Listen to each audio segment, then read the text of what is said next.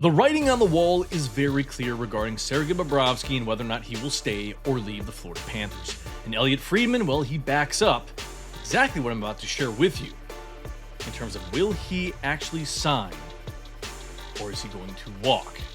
Will the Panthers take what he's getting? Can they meet in the middle? What is going on? I do have updates. I will also talk about who could be the answer between the pipes for the Florida Panthers. They do have more than just 3 options right now for a starter as well as a backup. We're going to go through all of that right now on Panthers Digest. Wow, after 24 hours, it has been crazy, and it's just going to get crazier this week with the NHL draft at the end of the week on Friday. Moves are going to be made. The Florida Panthers are going to try to do something before the draft so that way they can breathe a little bit easier in terms of, hey, we've got a guy between the pipes that we know can play, that can help us probably get to another Stanley Cup title. But who's it going to be? Who is it going to be? Keep an open mind here, guys. Let's be realistic. Because with Bill Zito at the helm, anything is possible. Everybody said at the end of the 2025 season, oh, there's no way we'll re-sign Bennett, Ekblad, and Brad Marchand. We did it.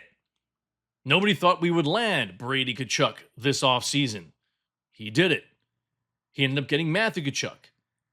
He ended up bringing in so many key pieces since he has been a GM of the Florida Panthers that have helped him get to this point. Nothing is ever out of the realm of possibility. So, we're going to get into it right now, guys. Here we go. So, what are we talking about right now? Well, Elliot Friedman has said he's heard that it's highly unlikely that Sergei Bobrovsky will be back in Sunrise. The reason behind this, well, we already know what he has been asking for. He really does think he could play for another 6 or 7 years. I don't care what you guys say out there that, oh, it's a negotiation. I really don't think he's going to budge. If he even goes down to 5 years, I would be amazed. But still, playing till you're 42, 43 years old and still asking for a decent dollar amount. I mean, even if he goes down and says he wants to get $5.5 million to $6 million a year, I still think that's way above where he should be asking. Sign a 3-year deal, take $4.25 million. That's more than enough. I still think he can play at an elite level. I'm not saying he doesn't have the talent to do it. He's fully capable of it. Yes. But is he really worth it for a long-term deal for the kind of money that he wants? The Florida Panthers don't want to dish it out. I do think they want to get younger. I think they want to find someone who they can ideally do what they did with Sergei Bobrovsky in the last 4.5, 5 years, which is let's build a team in front that is ultra solid defensively. And they are. When they're healthy, they are dangerous on defense. And they just got a little bit more dangerous with Brady Tkachuk.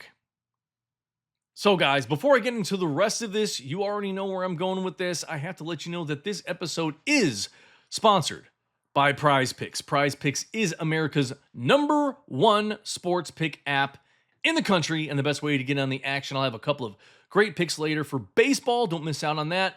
And make sure you go into the description down below, click the link, download PrizePicks, enter the code DIGEST. You'll help out the channel a ton. And new users get $50 in their lineup instantly when you play your first 5. Don't forget, it helps out the channel a ton. I appreciate all of you guys sticking in there with me, going through all of these different videos. It is a lot, I know. So just bear with me, all right? So what is really going on here in terms of what guys are out there? Realistically, is Connor Hellebuyck off the table? What's going to happen here? Well, before we get into that, I wanted to show you this. There are reports out there that there's another goaltender on this list. I'm bringing up Anthony Stolarz. That's why I've got the stars. But at the bottom there, Samuel Ersson. Numbers are not the greatest, but really cheap, young guy who I think can be groomed to be a great goaltender. He has not put up phenomenal numbers. He's played, yeah, he's had some decent games. Something that we could look at? Absolutely. These are the numbers in terms of his contract for what he had. 1.45 million in the cap hit. Not terrible. From what people are saying, he'll probably want around 2 million a year, maybe 2.25. Not bad. Maybe you do a little bit of an experiment and you say, all right, we can maybe roll with this for 3 years, 2 years, see what happens. But I still think we could do better. I'm going to go back to Anthony Stolarz. We know him well. He worked with Bobrovsky. He is a great goaltender. He's not costing you a fortune at $3.75 million. Dennis Hildeby looks like he is the future in Toronto. And what's really wacky about this, and the irony, is that Toronto looks like they're going to make a run at Bobrovsky. You heard me correct. They are going to take a run. Do not be surprised if you don't see him in a Maple Leaf sweater this upcoming season. They are willing to pay him, and I think they have the money to do it. So don't be surprised if Toronto takes a big swing and he signs there. And that leads me to Samuel Ersson's numbers. Just to kind of throw things out there. We're going to go one goaltender at a time. All right. 33 games played, 87% save percentage, 3.12 goals against average. 14 wins, 11 losses, 5 overtime losses. Numbers are not that great. Can he get better? Yes. He's only 26 years old. He's got decent size. Somewhere on the cheap. Could work. I'm going to say no. This is a couple of insiders that brought this up. I don't like it. I don't like it at all. On the other side of this, I think Anthony Stolarz, hell yeah, man, let's bring this guy back. I think you put him back on our roster with the guys in front of him, he will excel. Yeah, I know we had some stuff in the back, and with Bennett, Emlingham, and all that stuff, and let's forget about that. It's in the past. I think Stolarz is something we should try to take a run at. He's 32 years old. Yes, he still has a couple of years left on his deal. Let's throw that at you again. His numbers, yeah, goals against average, not very good, but look at the team in front of him. Not a defensive first team. The Cats are. I can guarantee you his numbers will be better. So he will be a free agent, I believe, in the 2031 season. I don't know why I cut that off there. So he still has 4 more years left on his deal. Kind of works out with everybody that we've signed, where all their contracts mature at 2030 or 2031 for the most part. But we will extend Brady next season, not this upcoming one, but the following season we definitely will. I have a feeling a lot of extensions are going to be on the horizon to kind of keep these guys here. Well, those who are in their mid to late 20s, yes. Matthew still has 4 years left on his deal. So I like Anthony Stolarz. I think we should take a shot there. Now, everybody's asking, Connor Hellebuyck, he's off the table now. I wouldn't be so quick to say he will not still be on the table for the Florida Panthers. Yes, they've exhausted their first-round picks. I get it. Hellebuyck hasn't officially come out and said he wants a trade, but teams are taking their shot at sending over offers. I'm sure contacting the organization, their GM, and saying, hey, if you guys are willing to give him up, let me know what you want. I think if something is going to happen with Connor Hellebuyck, and he really does want out, his GAA is not terrible at 286 and 895 save percentage, not horrible. He's had some phenomenal seasons, Vezina Trophy winner, never won a cup, and he wants one. I've already said this. So many players have on their no-trade list Winnipeg. They don't want to play there. Hellebuyck knows that. It's hard to bring in players to build a very solid team to compete for a Stanley Cup in Winnipeg. He wants to go somewhere and win. He hasn't officially said that, but his words were pretty strong at the end of the season criticizing his teammates and the team and the organization. Usually that points to, I want out. But don't think that he's off the table. We still have a slew of second-round picks. We still have some personnel that we could get rid of, and that's going to be the ticket in this. If this deal does go down to get Connor Hellebuyck, we are going to have to get rid of someone. I hate to say it, guys. Who is it going to be? Let's take a look. This is what stinks, guys. Here, I'll make it a little bit bigger for you. I put lines underneath names that could be some of those draft capital guys that we could say, all right, I'm sorry, not draft capital, trade, some of that trade capital that we have. We can add in a couple second round picks. Maybe you put in 2 of these guys. And some of the rumors that are out there is, once again, Evan Rodriguez at $3 million, and then maybe Jesper Bovequist, who's 1.5. So that frees up $4.5 million. And you're taking Hellebuyck's contract, his AAV, at least for next season, down to $4 million. And at the bottom there, you've got Uvis Balinskis, $875,000. So you throw that in with Rodriguez, you're looking at about $4 million. What I was saying there. So you're still helping out a little bit. So it's not out of the realm of possibility. And again, don't put anything by GM Bill Zito. If he makes something happen for Connor Hellebuyck and they literally might have $2 million left in the, or $3 million left if they trade and do something like this, think about the numbers. Sorry, that's my microphone. Sorry. If they do end up having to trade Rodriguez, would you say to me, and put this in the comment section below, that you wouldn't take a deal if you said you had to get rid of Rodriguez? You've got about a little over $7 million in cap room to use right now.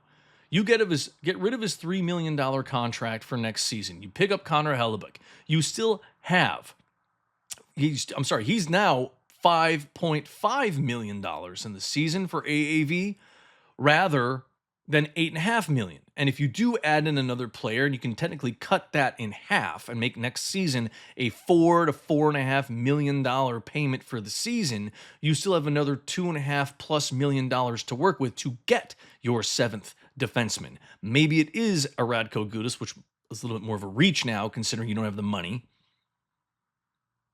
And can you find fourth liners to bring up? But we have a bunch of guys. You can see here underneath Cole Reinhardt, he's one of those guys. You've also got all these other dudes that we have to try to re-sign. You've still got Jonah Gadjevich, who's got 2 years on his deal. So how are you going to work things out? And I do think we're going to see Vilmanis on the opening day roster for sure. I'm fairly confident to say he will be there. You're going to see Jonah Gadjevich on that fourth line. Cole Reinhardt will probably be there.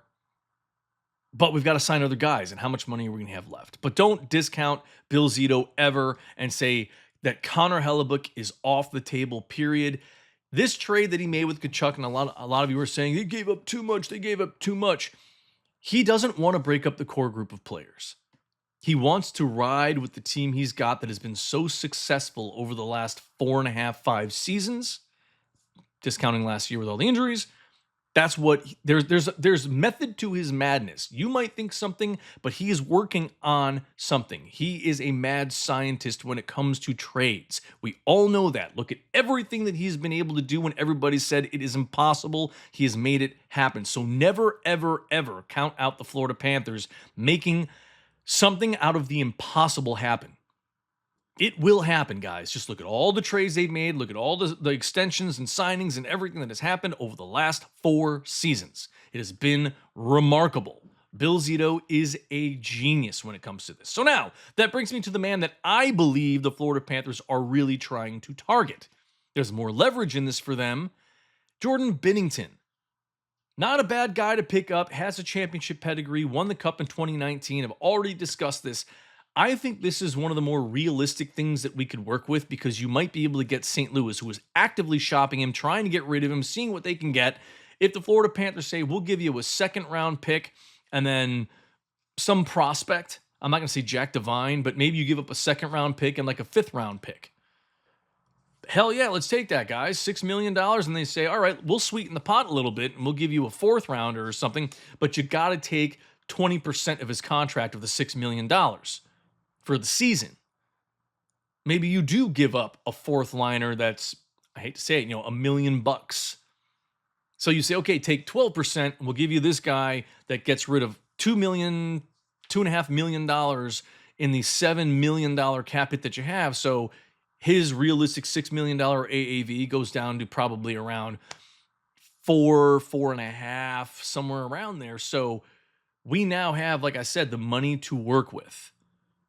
We can still find other players to bring on the roster, fill in the holes. And I think they bring Cooper Black up to be the backup this upcoming season. I mean, you got to see how he plays this summer when they start doing camp and everything in the summer for preseason, all that. Maybe he does make that leap forward to the NHL because you've got him under contract. You sign him for 2 years. May as well utilize him so that way when you do get your starter, you don't have to rely on, we got to sign a backup now. He could be the backup. He's big enough. I think he's gotten better over the last couple of seasons. Why not bring him in?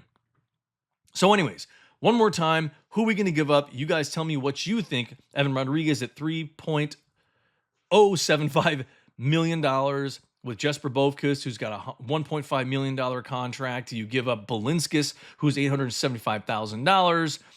Gadjevich, I would say no. We can't give that guy up. Maybe Cole Reinhardt, I think, is going to end up staying. We signed him to a one-year deal. So it's, what do? Cole Schwindt is a restricted free agent, but I don't think you get much for him if you do try to trade him. But you've got to sign some of these other guys. Yes, they could be $775,000 a year guys, but what are you going to do?